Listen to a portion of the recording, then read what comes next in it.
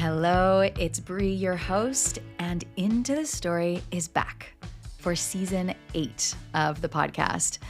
This is a show that started as a way to learn English through true stories, but it's evolved.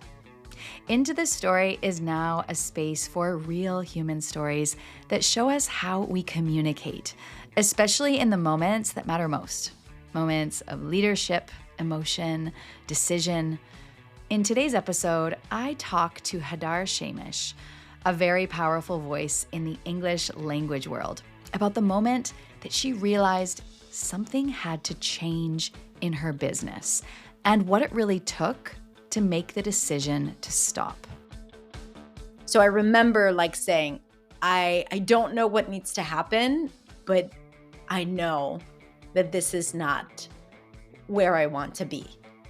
This story is personal, completely unedited, and it's a reminder that clarity doesn't always come easy, but it does come if we are brave enough to make the decision.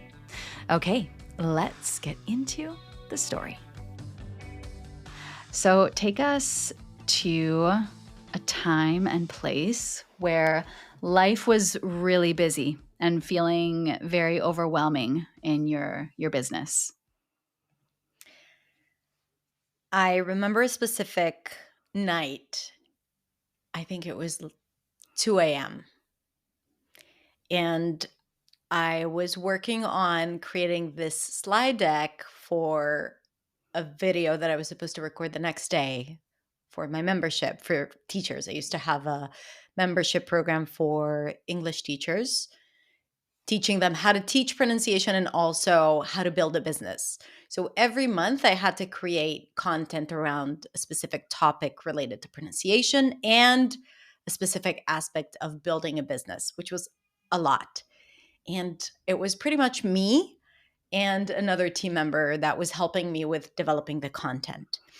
And the business related content, it was all me because I was the only one that could create it and I had a very small team. So apart from having our ongoing work, I had to create these lessons and resources. And it was 2 a.m. and I was sitting and creating that content. I think it was about how to build your brand on social media or something related to that, like business market, content marketing related topic. And I was going very deep and I liked it. I felt like I had a lot to contribute, but I was so exhausted. I was so tired. I haven't seen my daughters and my family, and I knew that the next day would have to be a full day of recording and releasing that content because it had to be released, I think, the following day. And I was so incredibly stressed. And this was during COVID. So also everything that was happening in the world was creating a lot of stress and my business exploded because everyone all of a sudden wanted to take digital courses and build a community, and this is something that I had.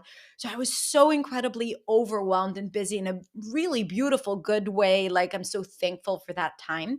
But that night, as at 2 a.m., I was sitting and creating that slide deck. I just felt like I couldn't do it anymore. I felt it was too much. I asked myself, what am I doing? Do I really want to be this busy, this overwhelmed? I felt so frustrated. And it was also this loop because the moment I would publish something, and then I had my other course and I had my weekly videos, the moment I would finish something, there was no relief because then I had all this backed up content that I had to create. And that was a cycle, and it was a monthly membership. So I had to create. So I was like, I can't do this. I don't think I can continue this way. First of all, I feel like I'm not present with myself and definitely my family.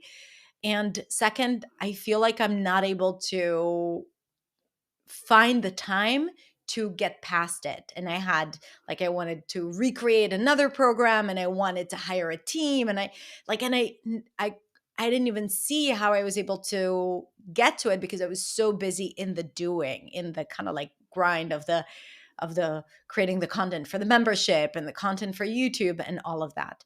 So I remember like saying, I don't know what needs to happen, but I know that this is not where I want to be. But the next day I wake up and I think to myself, like that part. So I had that strong feeling of like, this is not it. Like, I don't want to continue living my life like this. But then I wake up in the morning and I was like, well, but Hadar, you already have this membership with 100 students and they love it and you love them. And it's a membership for teachers and you're helping them build businesses during COVID. And like, this is, like it's transforming life and it's profitable.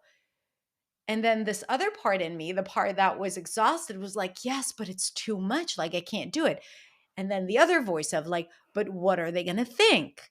You're going to disappoint them. You're going to break that community. You're going to dismantle it. What is your team going to think after all the work they've put into this? And like all the funnels and all the sales pages and all the design that I've invested, thousands and thousands of dollars in.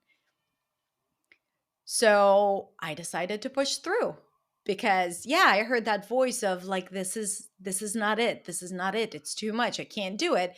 But then, like my logical self was like, well, no, it's working. So you'll just have to push through and you'll have to just work harder and figure this out. Yeah, I can absolutely hear and put myself in your shoes when you have that momentum in any aspect of life, business, personal life, but then you feel like, I can't do this. But how can I stop this ball that's Yeah. rolling down a hill? So, how much longer did that last, working through those crazy long hours and just pushing, pushing, pushing? I think that night was the trigger to me starting to doubt what I was doing, but it took a few more months Mm, to be able to have the confidence to make that decision. Because at the end of the day, when we think of decisions, it takes a split second to make the decision, right? What ends up happening is that we invest a lot of energy leading up to it and like not taking the time or not deciding to decide. mm. And I think that that was my thing. Like it was hard for me to make this decision because whatever decision I would make, whether it was to keep it, I would have to make some changes in my team and the processes. Or if I decided to close it, like the impact that that would have on my business and my team and my community. And so Um, what I mean, you went on for some more months like that, and then what helped you make the decision? so there are two things that I can think about. One is that I started having like getting this other whisper of something else that I wanted to create that felt really important to me, which was like I wanted to recreate one of my programs that is for English learners. This is really like where I started, and I had my original course, which was a pronunciation course, but I felt like I needed to create something a lot more elaborate that includes more than just pronunciation work. Like all the things that I've learned over the past, you know, few years and months prior. And I felt like, like the mindset work that I have done, like, and I was like, I had this big vision for this program. And every time I would want to work on it, I'd be at capacity. So like I would not be able to see it. And that voice started to get stronger and stronger. And, like whenever there is a decision that I need to make, I always think about the future, like and where I would want to be. And like always operating from the vision I have for myself in the future. And then like if I want this, what needs to happen right now for me to get there? Mhm. Because it's so hard to let go of something right now, but if in the future like I see myself leading this thing with, helping X amount of students And that was more important to me than, keeping what I have now. Then like it makes it clearer for you what is the decision that you need to make now. And I had a business mentor, and I remember one night we were on a call and I was so frustrated and I was crying and I was telling her, like, I don't know what to do. I feel so bad. Like, I know that if I wanted to create that other course, like I would have um to give up on something, but I cannot disappoint all these people and I cannot let go of like a profitable course that is a huge part of my business right now.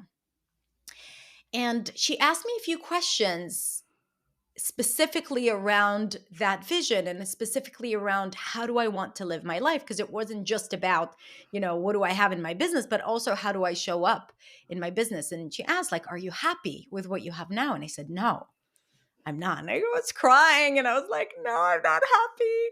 And then she's like, there you have it. Like, this is the answer. Because, like ultimately I knew in my gut what I needed to do. And like the logical part in my brain was trying to tell me, no, you're wrong. Like, don't listen to that intuition. Don't pay attention. Like, you can do it. You can push through it. This is this is the right decision. And that night after the call, as I was wiping out my tears, I drafted the first email that was a part of a sequence of emails informing my community or my membership that I'm going to close it. And I gave it a few more months. So it was kind of like I gave myself some time and I gave them some time. But like that moment, right? Like when I ended the call, I knew that I had to do something to move this forward and not still kind of like dwell on the decision. And once I drafted the email, I had clarity that this is the right decision. Hadar Shemesh is one of the most respected voices in the English learning space. You can find her on Instagram at Hadar Accentsway or YouTube at Accentsway English with Hadar. I will leave you a link in the show notes so that you can check out the incredible work that she's doing. And Hadar did stop that program for teachers, and she began spending her time creating another program that would become far more successful and, most importantly, more of where Hadar wanted to be. In next week's episode, Hadar and I go deeper into what it means to be decisive and how to communicate hard decisions with clarity and care. If you've ever found yourself stuck between logic and intuition, or afraid of what people might think if you change course, you're going to want to hear that episode. In fact, when Hadar and I had this conversation, it really hit me hard because I actually had my own moment when I needed to take chaos in my life and start turning it into more clarity. Let me tell you the story. I was working on the final episode of season 7 for this podcast. And as always, I was rushing toward a deadline. And I was also dealing with several other deadlines in my coaching work, with clients. I was feeling overwhelmed. And in that moment, my screen went completely black. Boom. I looked outside and I saw my neighbors looking out their windows. I looked at my phone. I had no Wi-Fi. You see, this was a day where Spain, where I live, had zero electricity. I mean, the entire country had no electricity for an entire day. And you know what? It felt like someone had pulled the plug out of my brain. I had been working on so many things,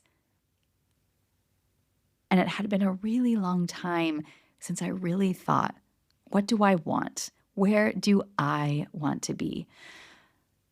One thing has always been true. I am fascinated by communication. And I know that stories are not only how we understand ourselves, but also how we understand and connect with one another. So I finished season 7 of the podcast, and then I took a long break. I have been incredibly busy doing work that excites me and motivates me and feels like exactly where I want to be. In this season of the podcast, I am going to start bringing my work as a strategic communication coach into my work with this podcast. I can't wait to share this season with you. And if you are someone who uses English at work and you want to speak so that people listen and remember you, then you can join my newsletter. Go to intostory.com to sign up now. Okay, thank you so much for being here. And as always, until next time, I hope that you have a good time, or at least a good story to tell.